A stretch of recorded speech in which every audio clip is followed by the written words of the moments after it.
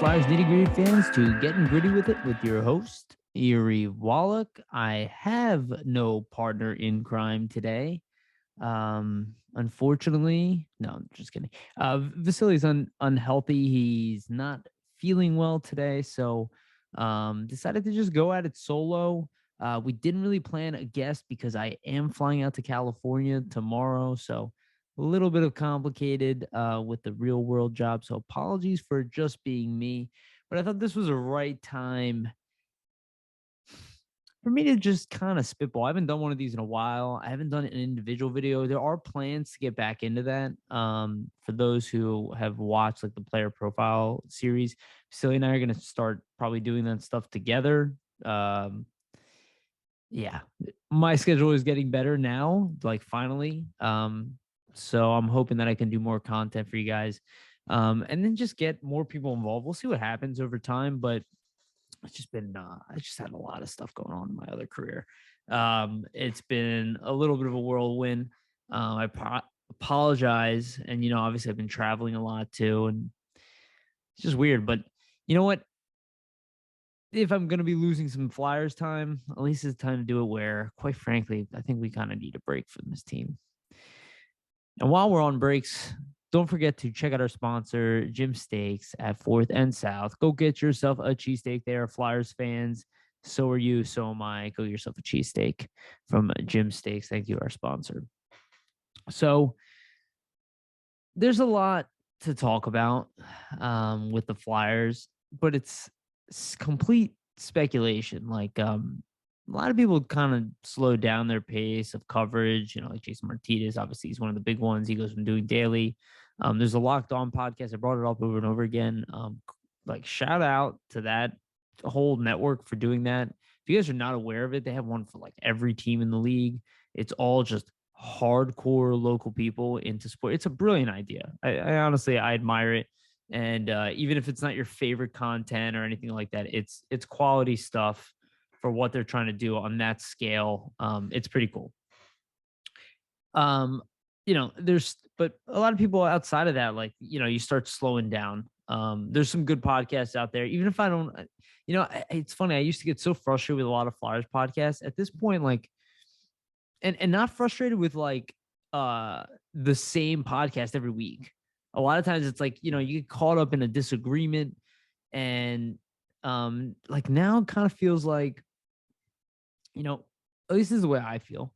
Why even get angry? The reality is that none of us really know which way that this is going.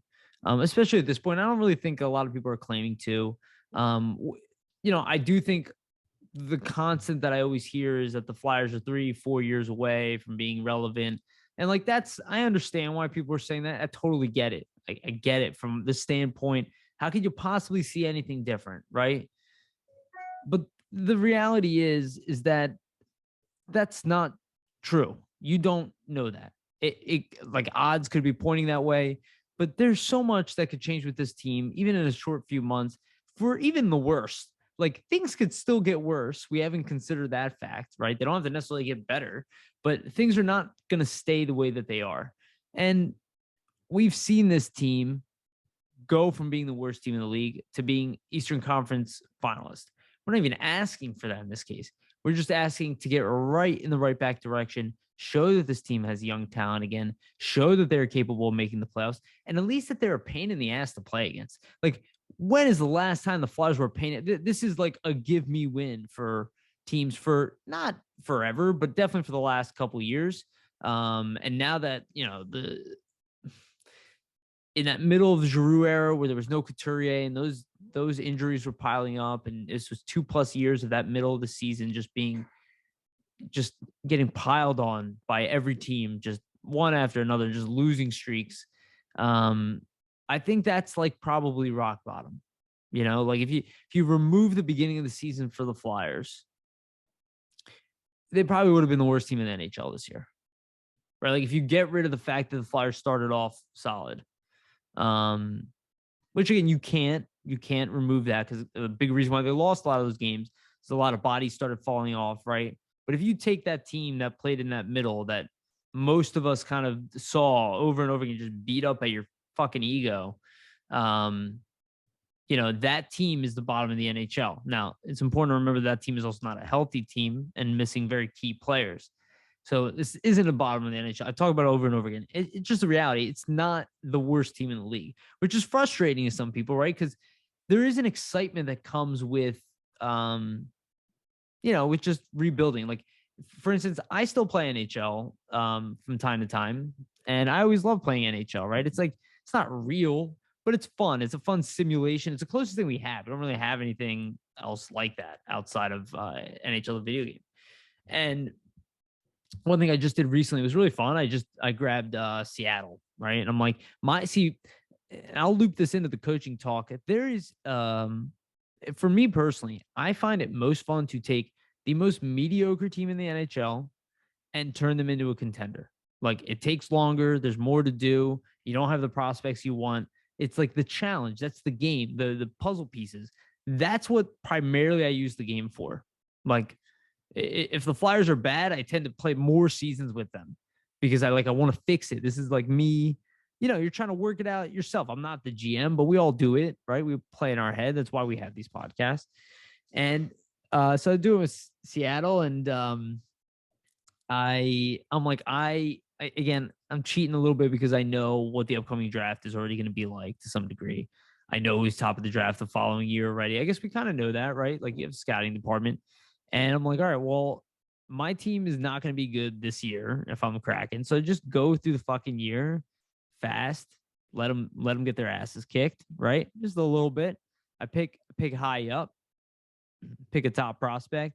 And then the following year, I have a bunch of cap space because I just let guys walk, which, again, Seattle is going to have a ridiculous amount of cap space. I went out and I managed to get like Malkin and Bergeron and what's his fucking name? Letang, right? This is not going to happen in real life. But I signed the biggest free agents because I have all this money. And I'm like, hey, look at this team. We got some pieces. I have all this cash. I'm going to bring in the 3 best players. Let's go. Right. So I signed in these guys, and the team just fucking sucked. And obviously, I like to sim through it, like not even put my skill into it, just see if the combination worked. And they suck. They bombed. The chemistry was just awful. So I'm like, all right, well, let's rebuild. I was like, why not? I was already kind of rebuilding anyway. These guys are all at the end of the career. I signed them on a 1-year deal.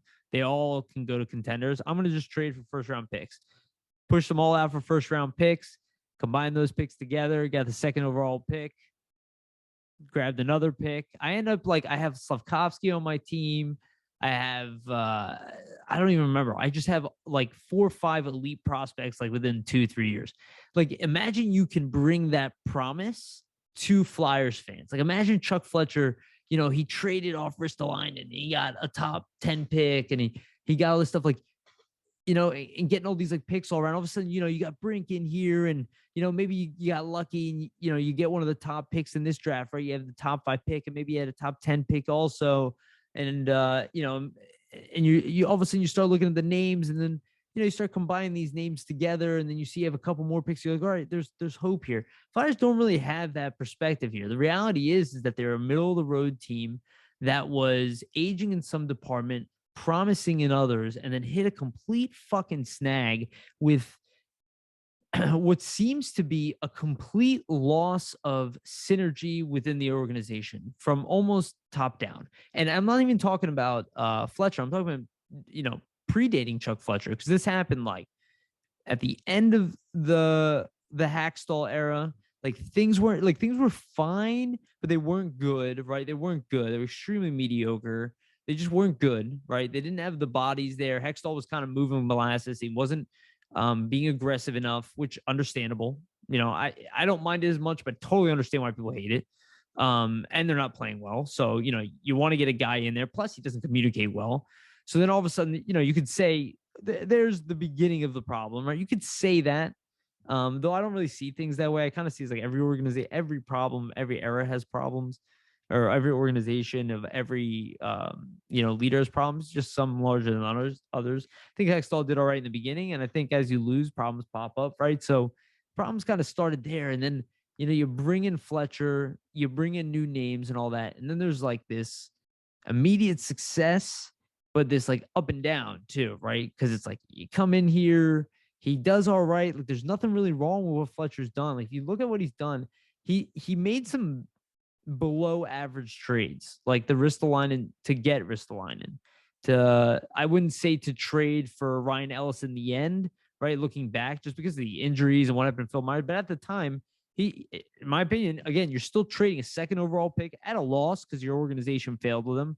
Another guy who you thought was a diamond in the rough for a really good defense. It's not the worst trade or anything, but these are trades of like I'm trying to speed stuff up, right? Like I'm trying to move things along, and I'm willing to pay a high cost for it, even if it's main roster players that I see as like potential top 4, top 6 players. At that point, you can make the argument that he didn't, but and that's not even like a bad trade, especially retrospectively with the injuries. Even with Ryan, it was just kind of like a wash. But you look at the fact that he just pays a lot of money for the things that he needs. Now, that's not horrible if your team is good and you're just like, you go out and get Barkley Goodrow and you give him $3.5 million and he puts up 20 points or 30 points in a season. You're paying a lot for these guys, but they're high impact players. Even if he plays on your fourth line, that's sometimes you understand that. I don't dislike Risto at all. And quite frankly, with the injuries to Ryan Ellis, but it makes sense. The big, like if he didn't have Risto heading into next season, and he had assets, people would be like, well, if I must find that, this defense is completely incomplete, which would have been true. But there's just a lot going on here, and it's a lot of it kind of bad luck for Fletcher, but at the same time, him also not responding to some of that, either not responding at all or making a move that is like 70-80% of the way that you wanted him to go. Like, yeah, we want Rasmus Ristolainen. I don't want to give up that much. Yeah, I'd be okay with moving Gostisbehere, which I was in the minority there, moving Gostisbehere off this team. I'm okay with it. I said, if anybody listens to me, I said everything that happened, Gostisbehere happened. Just saying. And he was pretty much putting up those numbers here. We just suck. So we paid a high value for that. Like, we already know the story. This doesn't mean that Chuck Fletcher, one, is a bad GM, because there are certain things that he could be good at that we don't get exposed to. His temperament, actually, to work for him is probably pretty nice because he's not crazy. But you're like, you're overall just walking away with like a lack of enthusiasm. We're like, where's the punch with this team? Like, and I don't even mean like a physical punch, but like even the era of mediocrity, of the Giroux, Simmons, Voracek, add Couturier in there, right? Braden Shen, like that group of players, that era, they were interesting to watch. They would fight at the end of the season. This team hasn't been interesting for a bit, and Chuck Fletcher is not that interesting. As like a personality. Don't worry about these things. Having said that, this is where the coach comes in. Let's talk about the coaches. As of right now that I'm recording this, Bruce Cassidy is off the table. He signs with Vegas. This is not one that I think necessarily I thought was coming to Philly, but you look at the names available, he's definitely top interest for me. Though I have to be honest with you guys, the amount of coaches that I've seen come in and out of here, and the amount of good ones that have been fired, the ones that come in with promise and excitement, or top billing, or one of the top billings, and we can even predate like Ken Hitchcock was the top selection. He came here too. Laviolette, I've watched them all get fired. Fired and like not always insulted, but always kind of like, yeah, you just don't have it, or you didn't adjust, blah, blah, blah, blah, blah. Reality is like, we just need to find the right coach for the right team. Like, for this specific team, we need the right coach for this team. Okay. None of these guys are incompetent. And David Quinn is my least attractive choice. These people aren't morons. Same with Hackstall. It's why he still got a job. Like, people were shocked. Like, he's a promising young coach in the league. He got in there early. Like, think I don't know. I think from a career standpoint, like if I'm working at a company, right, and I see an 18-year-old kid coming into that company, even if he's not that good, you're still like, dude, that guy's he's fucking. How would he get in there so quickly?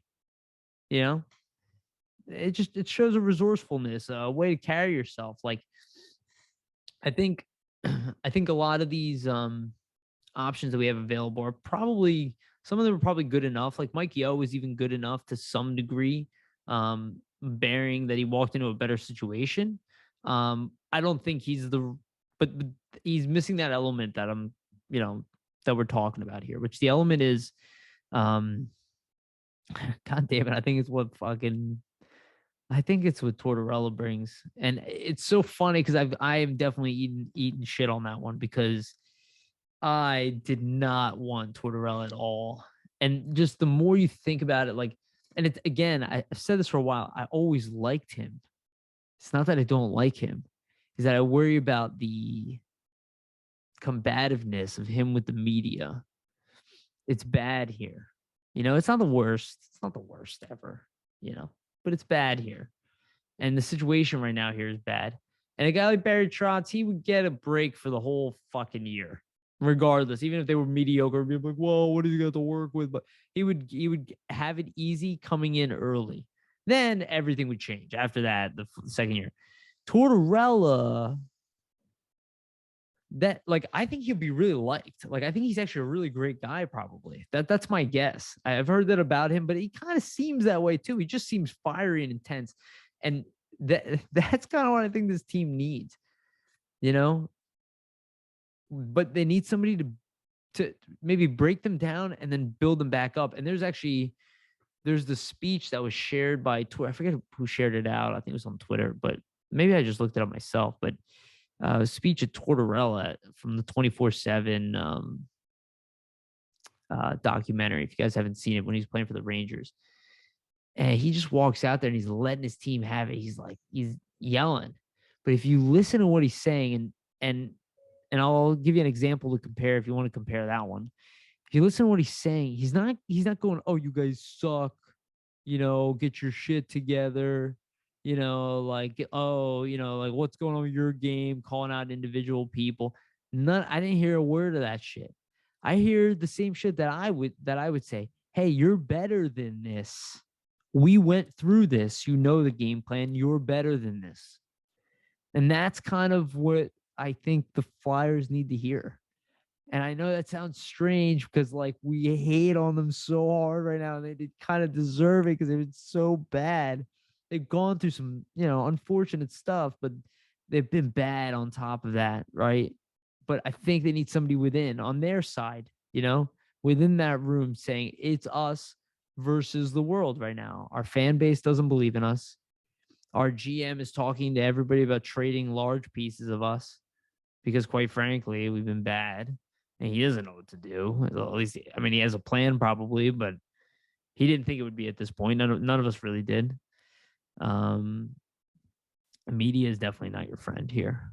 The longtime Flyer fans who would follow you that have been here for, you know, like 40 years and shit, those people are insulted at this point by the way the team has been run, which I think is also repairable.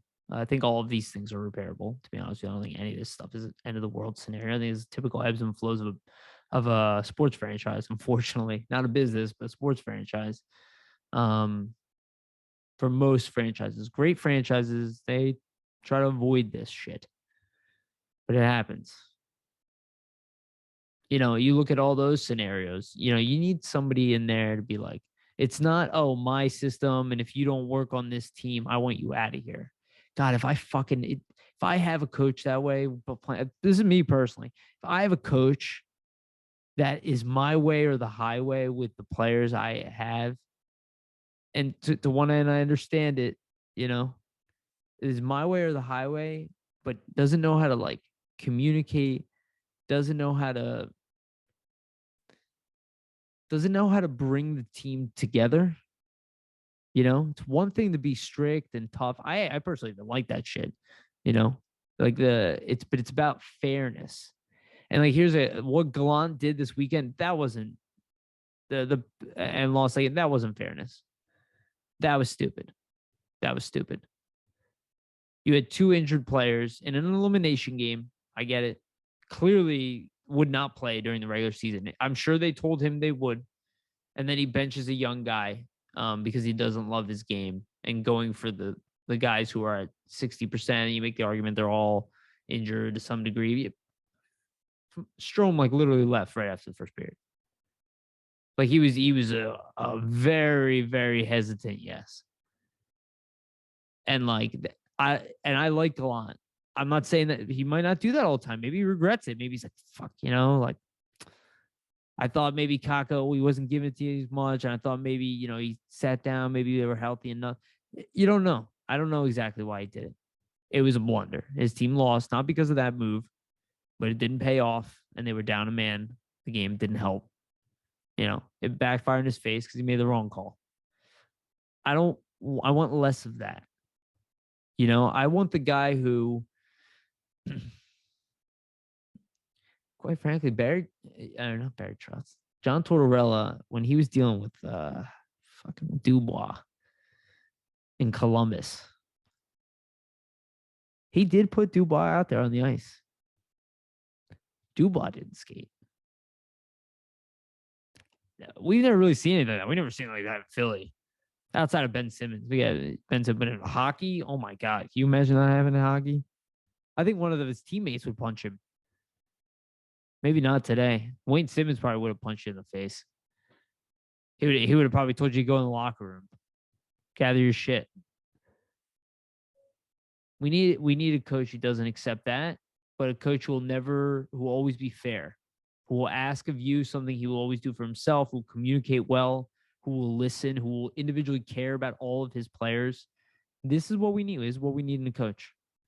I think John Tortorella is that guy.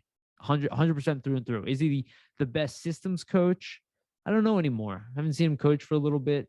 He did a very good job in Columbus. It's hard to not see that. I knew he wouldn't work out in Vancouver. I was kind of like, ugh. That's kind of what I mean, right? I think Vancouver, Canada, like not great. High a team that already kind of has its own like ego and personality, and you're coming in there. No, but we don't. We're broken. We're broken locker room. We're broken. It's sad. It's really sad to see. I'll be honest with you guys. It's really sad. Like I love the Flyers. I mean, come on. I have a podcast, a site, talk about that. You guys love. If you listen to me on here, you love the Flyers. It's sad. I get why everybody's angry. I get why everybody wants to trade Provorov and trade like, but it's fixable. I still fucking believe it's fixable. Of the coaches that remain, I am like kind of favoriting Trotz at this Torts. Trotz is still the number one, but just because you're an idiot if you don't, I don't know him as well as Tortorella, like as a personality. So there's that too. He's still number one. I still think the Flyers are in the running. We'll see if I believe he's supposed to make a decision this week. Decision is inbound.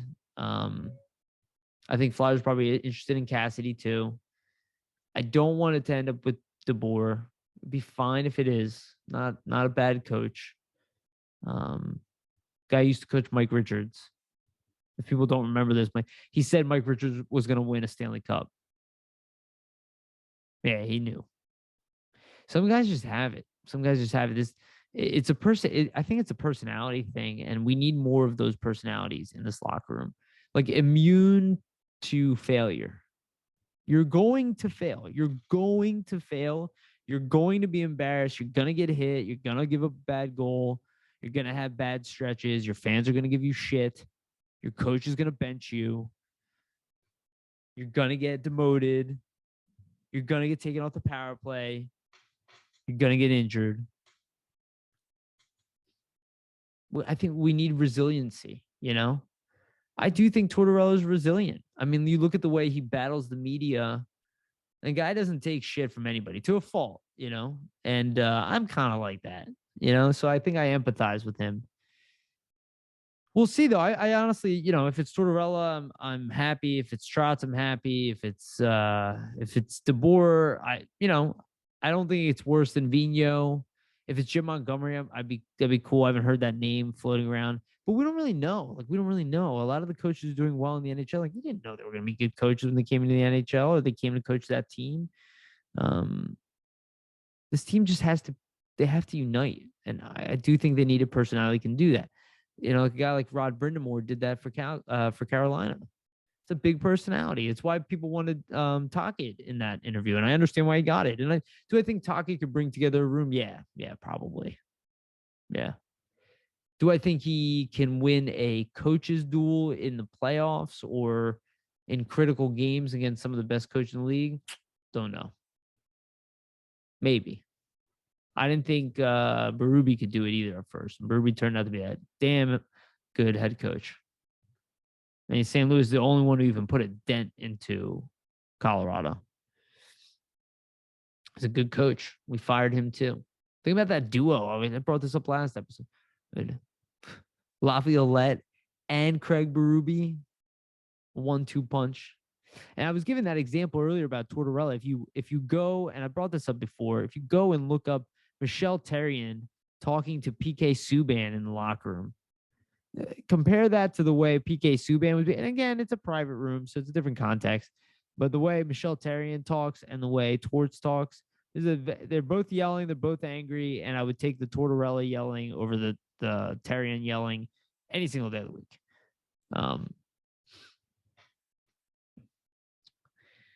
It's nuanced.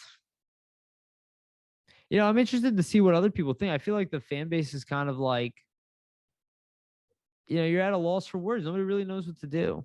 There's not a lot of hope. I brought this up. There doesn't feel like a lot of hope. There should. Things are not as bad as they seem. I know that they're not. Injuries have very much hurt this organization. Injuries, COVID, fragile locker room. That's like the thing. How do you fix a fragile locker room? I mean, injuries won't help, right? Injuries don't help that. Coach that doesn't get along with the players doesn't. I think Mike Yeo turned a lot of that locker room around. Like the guy, the type of personality I was talking about. Like, do I think that we brought this up in an episode, resiliency, right? But like, do I think that Farabee is resilient? Hell yeah. Like, I think Farabee is definitely the type of player you want in this organization, and definitely a champion mindset type of player. Same with Sean Couturier, Mr. fucking torn MCL 5-point night, 3 goals, 2 assists, playoffs. Nobody remembers that shit. The guy's a machine. Couturier is an elite center in this league. It's been a while since we've seen him, and we've taken a fucking beating in the process. And now scoring was up this year, and of course, injuries. And not just injuries to him, injuries to Hayes. So Couturier, even when he was playing injured, which obviously he was playing the entire season injured, it's just like nothing worked out this year the way it was supposed to. And the unpredictability of it is what makes it fun, to some degree. But I think it's something to keep in mind. Things can swing the other way unpredictably as well. They can. I think a lot of players on this team can rebound. Like I think we saw signs of Provorov going through that. Again, he's the youngest defenseman of that core, outside of York, who's brand new. And he's not even full-time NHLer yet. Like Provorov, in my opinion, just keep doing what you're doing. I would say just have a great offseason, come in ready to compete for a Stanley Cup. That's what I would tell him. Don't worry about any of that shit. Don't worry about any of the noise. Train like an animal. We'll get it resolved. We're going to fix up some holes. Let's get to it. Sanheim, obviously, I think he's just hit that level at this point in his career. Again, he's a year older than Provorov. He struggled same point in his career. Struggled more, several points throughout his career. But it seems like now he's getting there. Even his struggle was like really not struggling. It's like you're still one of the best defensemen on the team. It's kind of like Provorov. You're still one of the best defensemen on the team when you're struggling. You just aren't playing to your like peak level. I think right now, as he's hitting that like 26-year-old range, This is probably his window of his prime, probably from 26 to 30. My guess is probably 34, something 33. He'll probably have that window there of like probably 8 years of being the best hockey player he can be. So now let's try to keep an eye on like Travis Sanheim. Obviously, York is entering, but I think York's a stud. I don't know if he's going to be a number one guy or anything like that, but he can definitely play complementary top pairing role like a Rafalski did back in the day. Like I see him as like that type of guy. If you guys don't know who Brian Rafalski, he played with Nicholas Lidstrom. He's never an elite guy, but he was always like all-star creeper, and typically number two guy on your team, kind of like a chemo team, and then was for us. Yeah, actually very similar. And I think there's good names. I think Risto's fine. I really don't. I think he's an element this team desperately lacks. And I think he can play even better than he played, quite frankly. He dealt with some injuries this year. He dealt with a team that played poorly. But when we didn't have him in the lineup, we were definitely a softer team. We were easier to play against on our own zone. We were a less confident team. Sanheim didn't play as well with him out of the lineup. Definitely, Sanheim absolutely benefited from playing with Risto, in my opinion. It was noticeable immediately. As soon as they called chemistry, it was forget about it. I think the defense can rebound just off of sheer playing better. That still doesn't make them a great defense, but they can play better. Like they can be better than what they were this past year, even without Ryan Ellis. But they can't go into next season with the same D. They got to add. So if Ryan Ellis is not coming, somebody's being added. Hopefully it's Chris Letang on a 1-year deal. That'd be sick. But I think that group is nowhere near as bad. And, this draft is coming up. I brought this up several times. I don't know what the Flyers are thinking. Okay. And I don't really know the ceilings of some of these players because, like I listen to, and we're going to have Russ Cohen on here pretty soon to talk about prospects. And obviously I'll have Steve back on. And I don't know the ceilings of players. I usually find that people tend to be more conservative with ceilings for players as they should be, unless it's like a generational guy. A lot of like especially non-big mainstream guys, they're going to be more conservative with a lot of, they're going to be very hesitant to tell you a guy's going to be a number one guy, right? Because there's not many of them, right? There's not many Provorovs in the NHL. There's not many guys who can do what Provorov does. Even if you're not happy with it doesn't matter. There's not enough of them. Not enough of them to go around. Unfortunately, not if you want to win a cup. You want to just play hockey, fine. But if you want to win a cup, you got to hold on to guys who can do what Provorov does. Yeah, it's a weird position for the Flyers to be in because there's talent here and there's young talent here, and I think just people forget that.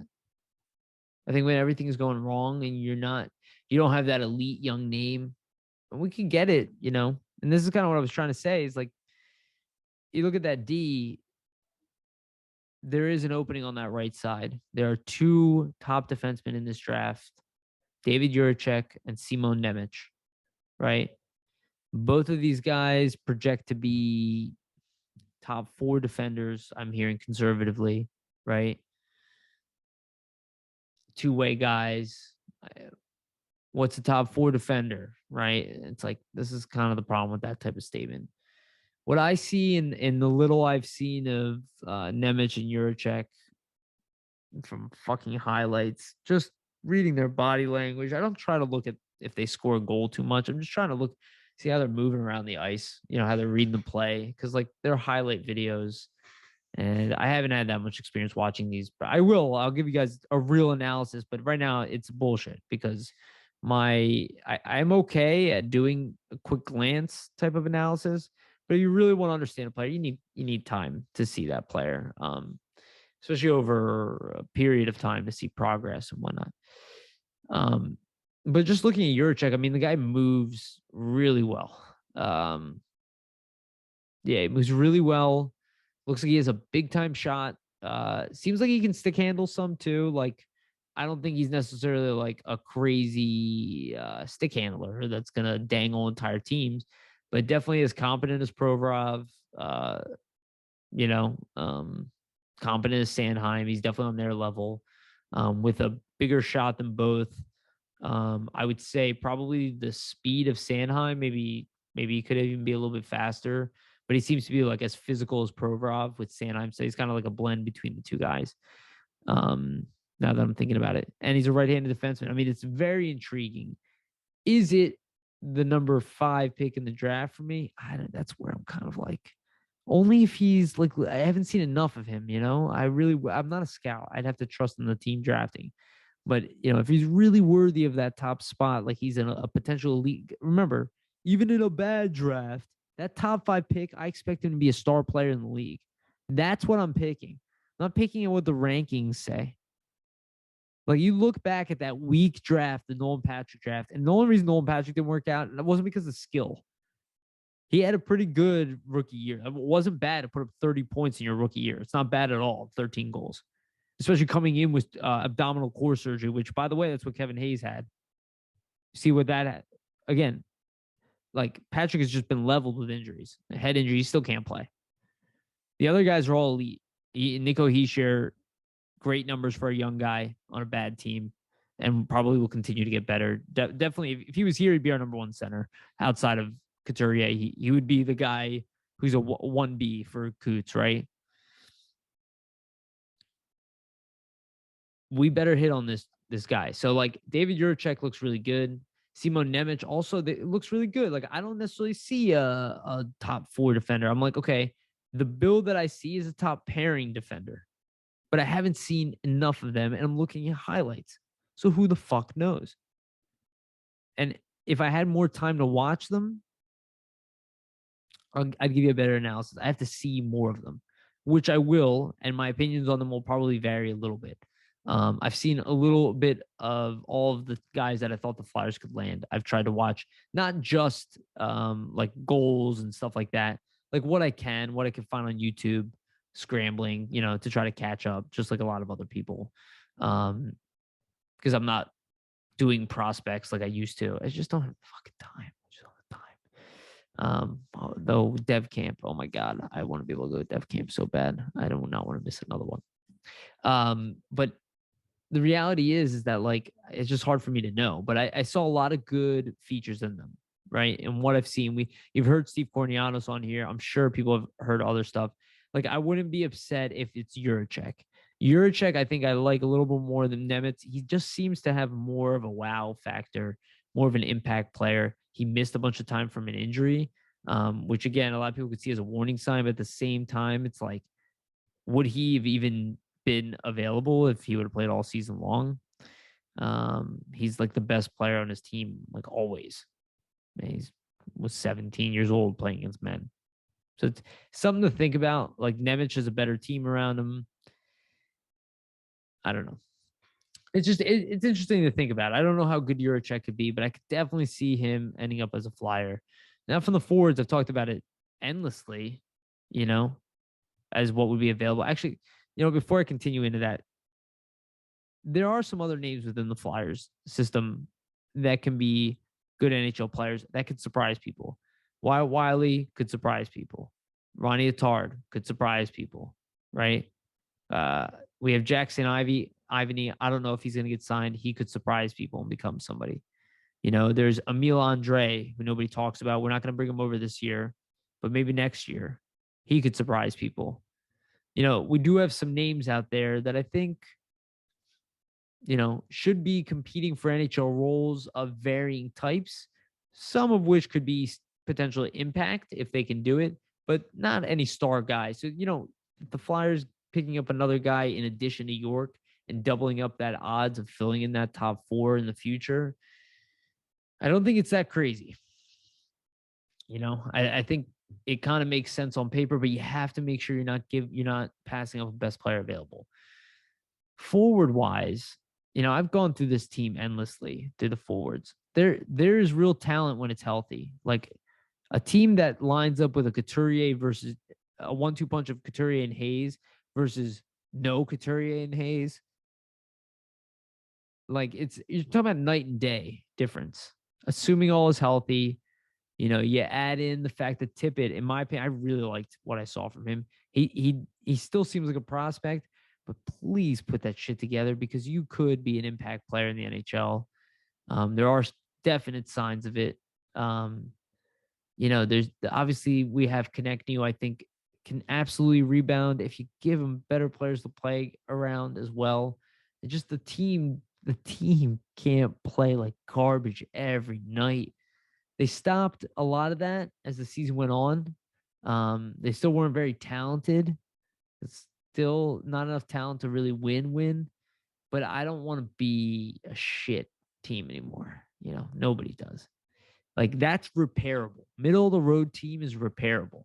Bottom of the league team, that's a complete, right now it's a fallacy. But if they're healthy and they're still bottom of the league, I mean, then you can expect bodies to go. Farabee, obviously, I think is legit. And I think even in a rebuild, Farabee stays like a complete gutting. I think Farabee still stays. We know Cam Atkinson's a good player. That right side's just loaded. I mean, Bobby Brink is probably an NHL player at this point. We'll see. He could shock people, obviously. Wade Allison, healthy, is already an effective player. We'll see. Ended the season healthy. Lazinski will be in that competition. We know Lawton's a good player already. We know Lindblom is. We're still missing that punch. Maybe there'll be a new name brought in. I don't really know. So hard to fucking predict any of this stuff at this point. Without even a head coach, how do you even predict it? But there is enough pieces here that you can put together at least a few waves of attack, and you should be able to compete on a nicely basis and be a middle of the road team without doing anything.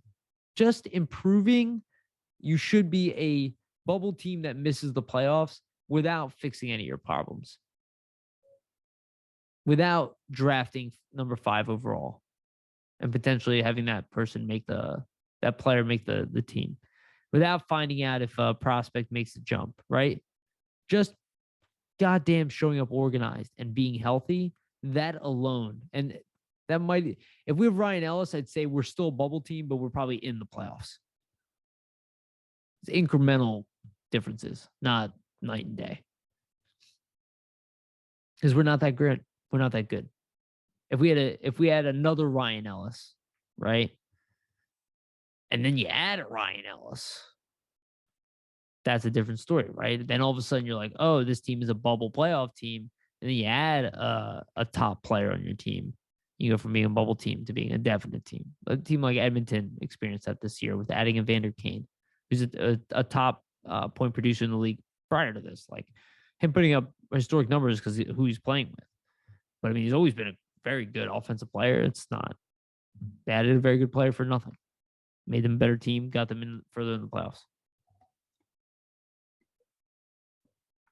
Flyers are not at that point, but they have pieces to build on, and I think that's what needs to be displayed, and that needs to be the Flyers' messaging throughout the summer. Is hey, didn't you forget we have all this stuff? We get it, things are bad, but wait, there is potential here. There are seeds of success planted. We have an inside view. You guys might not. Understandable. The NHL product was bad last year. We get that. But we have a plan of how to improve that internally. We already have things internally to improve that. We just don't show it to you. We don't put it on display because it's in the oven, right? Let's do some of that. And that might even include some trades that have been talked about maybe even for 12 months that finally come through. There's some really interesting names. I mean, Kako, he might be available now. Is that a guy the Flyers would be interested in bringing over? I don't know if they'd have to even offer sheet him. Trade that 2024 first round pick. I'll give you a late first round pick and a prospect for Capo Kako. You're going to lose him anyway. Maybe Wade Allison, first round pick.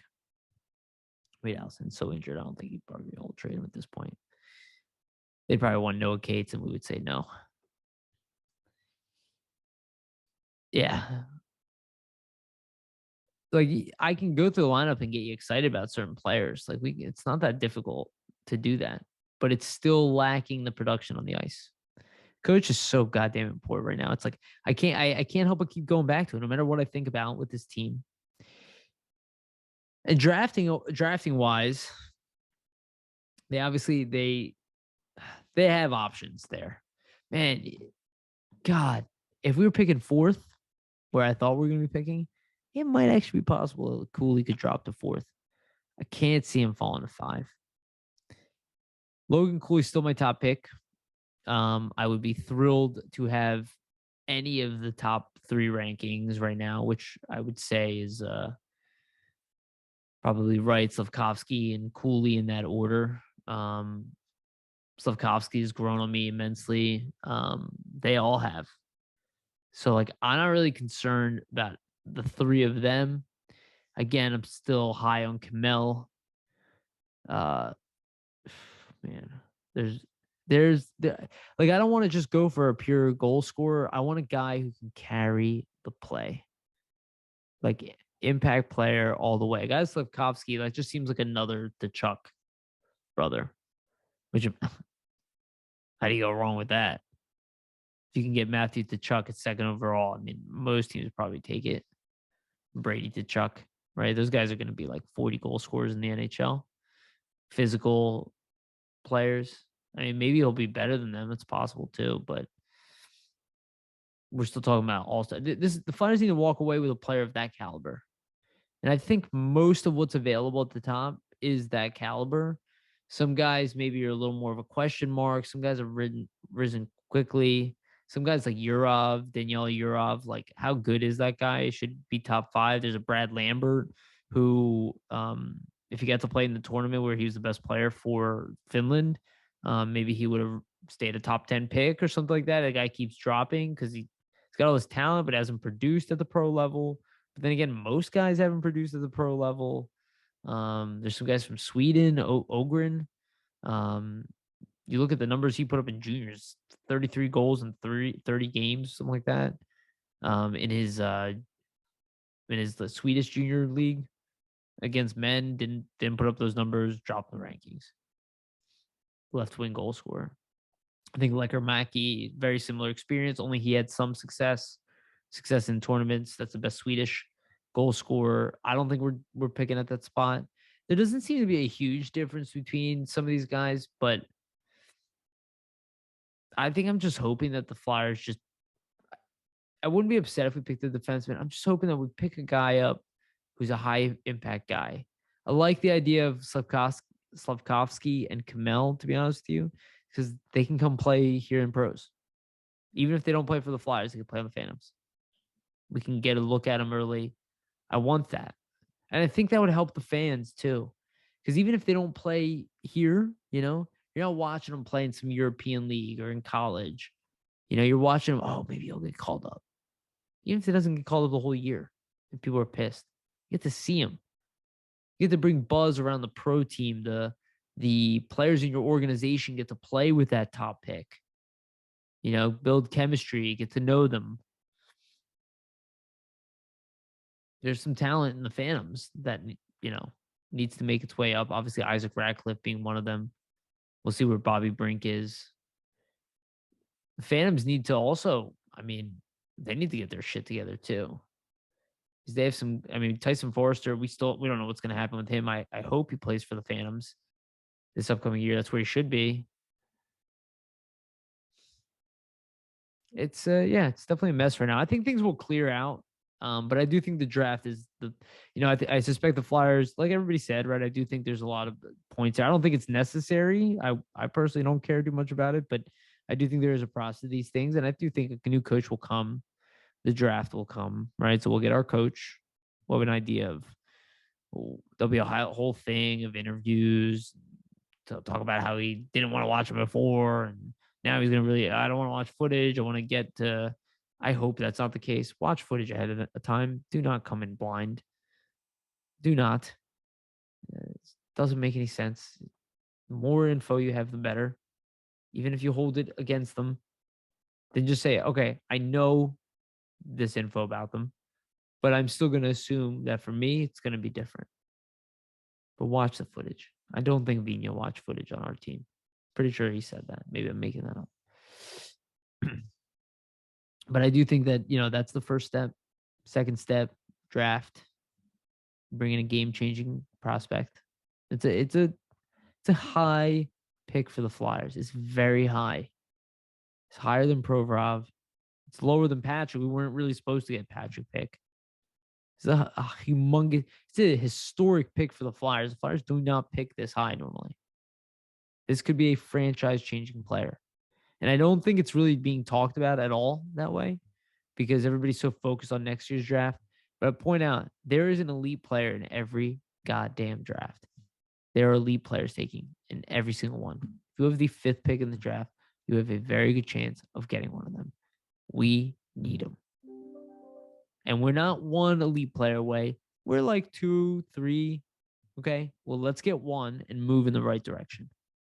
We draft a Slavkovsky, or I'm probably gonna get a Slavkovsky. Let's just say we draft Nemec, we draft Juracek, Savoy, Kamel. Let's say we draft Kamel and we sign Johnny Gaudreau.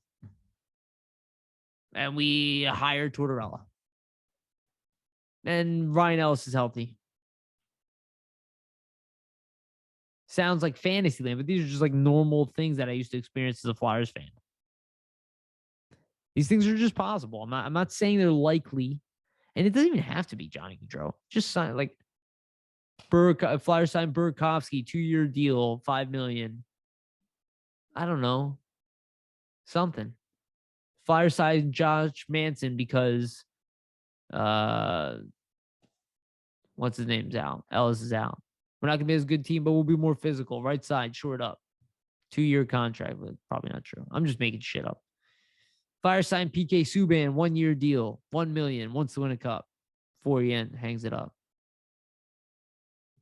I don't know what the Flyers are going to do. Not yet. I need to see what happens as we approach UFA. I think this draft is going to be a really pivotal moment for the organization. It feels that way. You know why it feels that way to me? Because everybody counts it out. And we seem to be wrong every goddamn time, whether we think they're going to be good or bad. We seem to essentially get it wrong.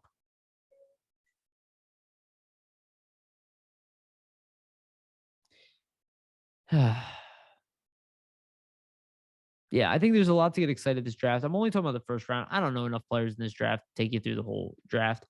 I'm not as eager anymore in adding a 2nd round pick as other people. I'm not eager to trade that 2024 pick away.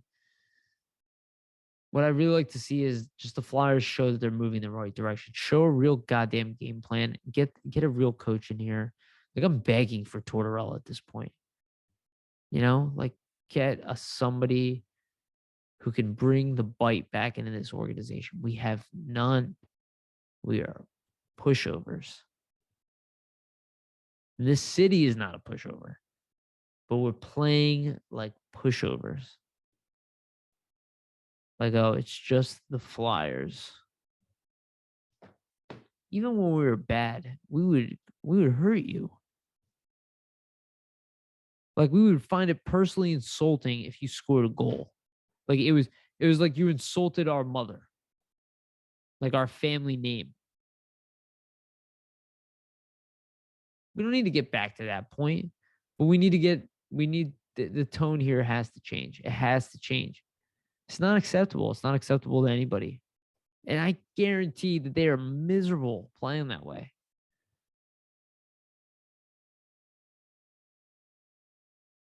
Be a cool story. Us against the world, you know.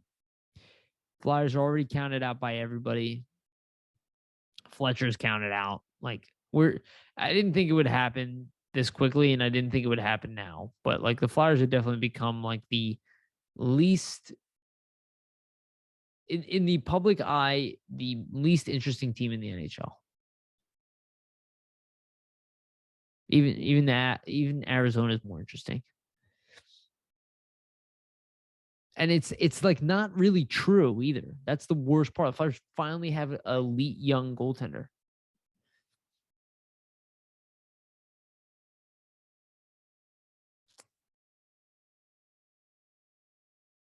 God damn, we shit the bed, huh?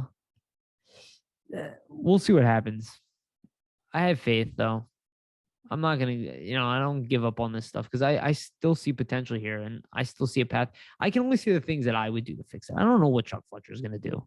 I look at this as if I'm GM and I'm like, okay, we can work with this. If I was a coach, this is kind of what I was saying earlier. Like if I'm a coach, if I'm like John Tortorella and I want my system, my culture, and Tortorella is gonna want that. Trotz is gonna want that. They're all gonna want that. Especially any of the big coaches. They're all gonna want to be like, yeah, this is gonna be like my shit. Like I'm bringing in what I do. This is a situation that needs it desperately. And I love that Cam Atkinson's pushing for Tortorella.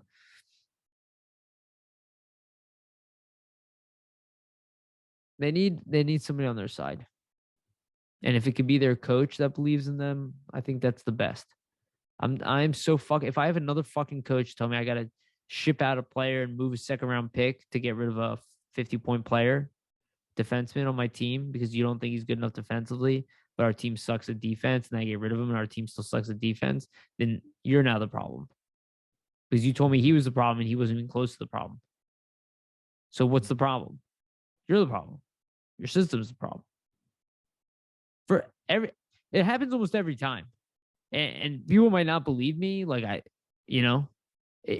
almost anytime you see people pointing, oh, this is the reason I am not good. That's almost any profession. You see people doing that, they're on their way out.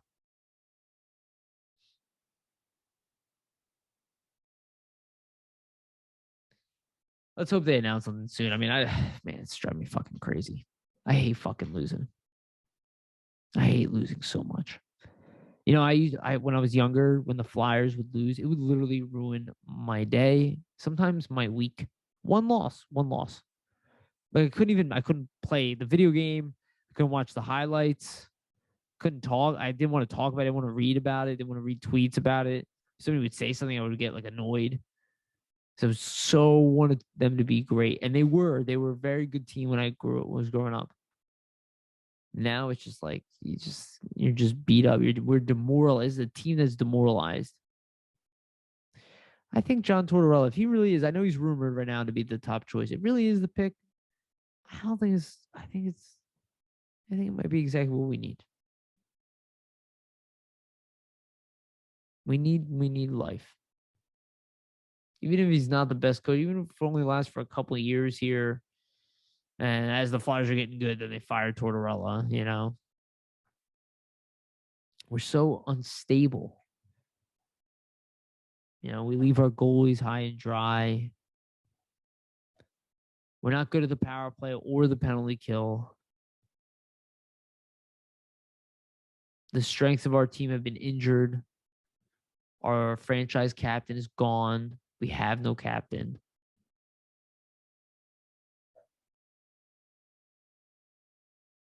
That can all change so fast.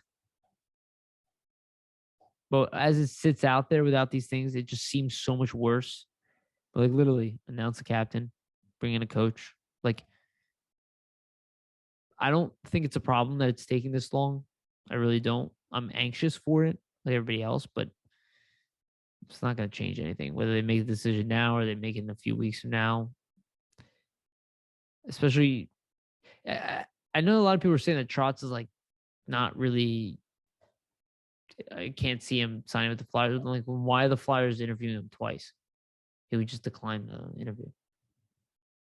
He's taking it seriously. The same reason that I said, if this is what you do and you are a coach, you put in systems. When he went to the island, they didn't have a stadium. They just lost their captain to free agent. He just left them too. They wanted him. They offered him cash. They wanted him to stay. They lost him for nothing. We at least got something for Giroux. We're the assholes. It's a very similar situation. I'm not saying that that's Trotz's top choice or anything, but I'm saying I can see why a coach would be like, I'm in. I see. Yeah, I got a guy who plays 25 minutes a night here. These guys are all relatively young. How long a deal do I get? I get 3 years, 5-year deal. Okay, well, we're not going to be good if this is the team, but I can make us better. And if you get me this, this, and this over the next few years, we'll see what happens. Like that, you know, it'd be like, well, it'll take me time to evaluate. I'm not sure. Like, how are these guys really gonna know these players just evaluating a week or two? They can only look at things on a surface base level. Look at the defenseman, the contract situation, how much money they're being offered, the relationship they'd have with the GM, which is huge, huge, huge. And I know that they say that Trout's one with more power. That might be a thing. I don't know anything about that. But I think John Tortorella wants to be a coach. I think that's also why he's in the league. I think he just wants to coach. I think he's born to be a fucking hockey coach. I think that's all that guy knows. All he really wants to do. Even when he does the goddamn online, this is the side of him that worries me. And puts down the moves thing. Torch, you're gonna have to fucking light up. You know, like that's the problem. Is that while I do think he's rah rah rah, I'm behind you all the way. It's like we're gonna have some young guys in here gonna want to do some spin moves. They're gonna want to do Michigan. Let them.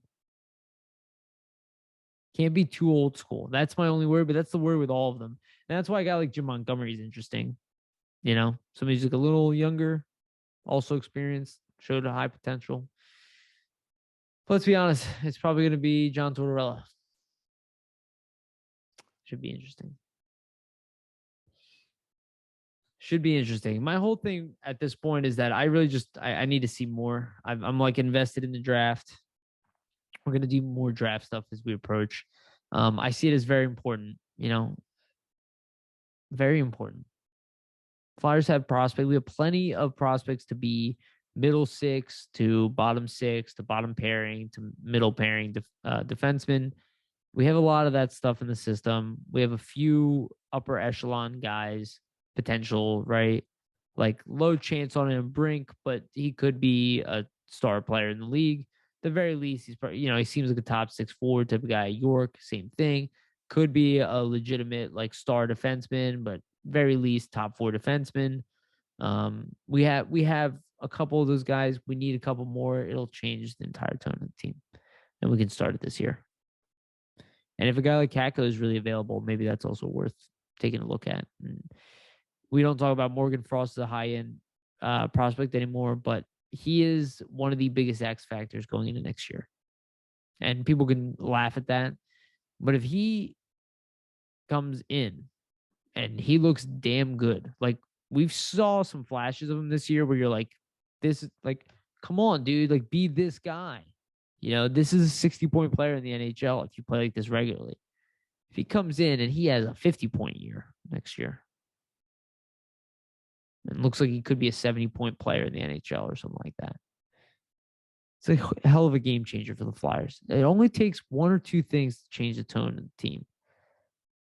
And right now we have a series of a lot of stuff that is going to get thrown out there. If it misses, we are going to go into a rebuild. We're already in a rebuild. All this stuff is nonsense. We're jumping on all these words. They'll make the moves that they can that are available to them. That's the reality of it.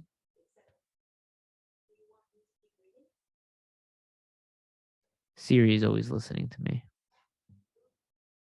No, Siri. She's so nosy. Outside of that, I mean, we were a really tough division too. We have to be aware of that.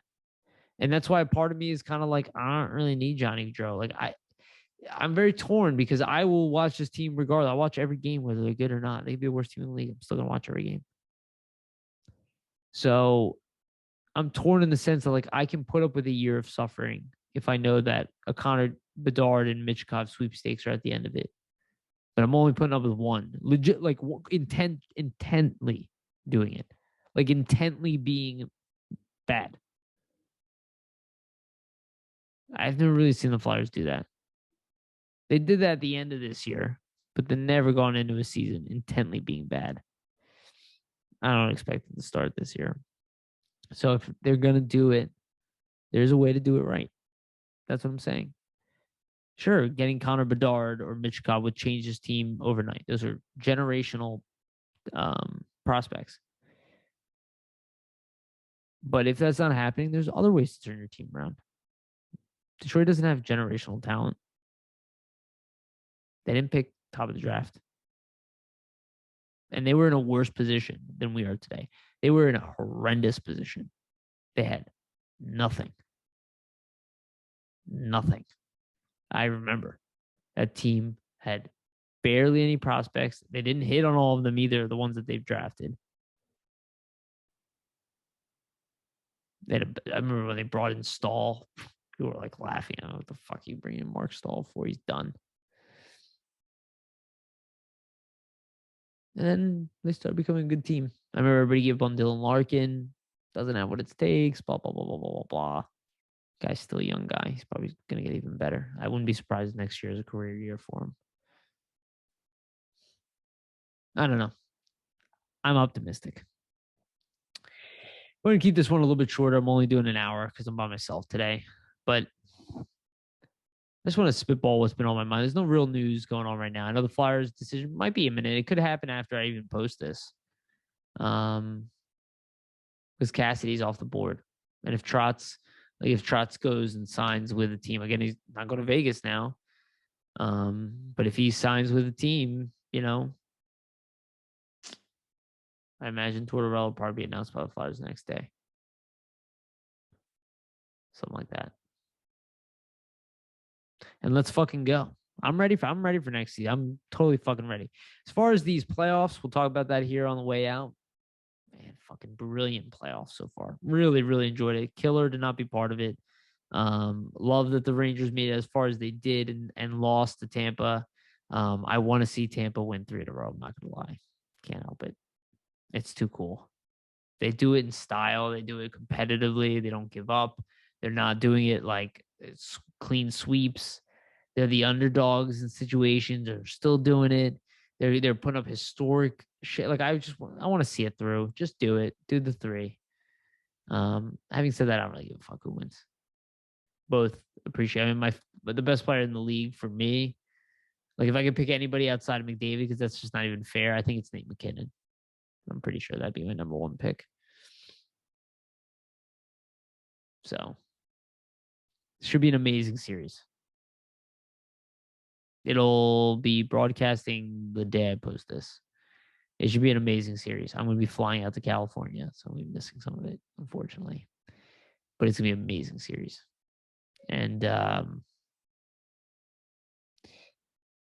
don't have a guess, but I can say I could see either team sweeping, and I can see going 6, 7, sweep, 5. But every game will be competitive. It'll be similar to the Edmonton series. Only I doubt that there will be a sweep in this case. But I expect every game to be highly competitive. She just keeps on buttoning her. She's jealous, talking to the other computer. That computer's not happy. I have multiple. Most people can't see my actual bedroom here, but there's like 1, 2, 3, 4, 5, 6, 7, 8 monitors. I have a battle station. All right. Let's end it on this note. Next week, we'll be coming back. I believe, Russ Cohen is booked for next week. So have him on. We will talk more about prospects. We'll probably just let him do his thing. We'll talk more about who the Flyers can bring in. Hopefully, maybe we'll have a coach to talk about. Maybe it'll be some news. There wasn't really much news this week. There's really not that much to talk about. I saw Morgani and Clement got honored. Good for them. That's cool. But Flyers wise, nothing too interesting to talk about quite yet. But could be the calm before the storm. Thank you, everybody, for listening. Thank you so much. Please comment, like, share, subscribe, do the whole shebang. Thank you again to our sponsor, Jim's Steaks on 4th and South. Go get yourself a steak at Jim's Steaks. And again, this is kind of a dead period right now. There's more stuff to come. And I know we're trying to send people to the draft and trying to send people to finals and to have coverage on scene and stuff. And it's cool. We're still covering the team, but fuck does it suck to be a Flyers fan right now. It won't suck forever, though. It can't suck forever. Things have a way of balancing out. All right. Thank you again, everybody. Please like, subscribe, share, do the whole thing. I really appreciate you guys. I love you so much for listening. It's fucking awesome that people listen to me talk about the Flyers. It's a dream. So Thank you so much. Love you. And remember, stay great.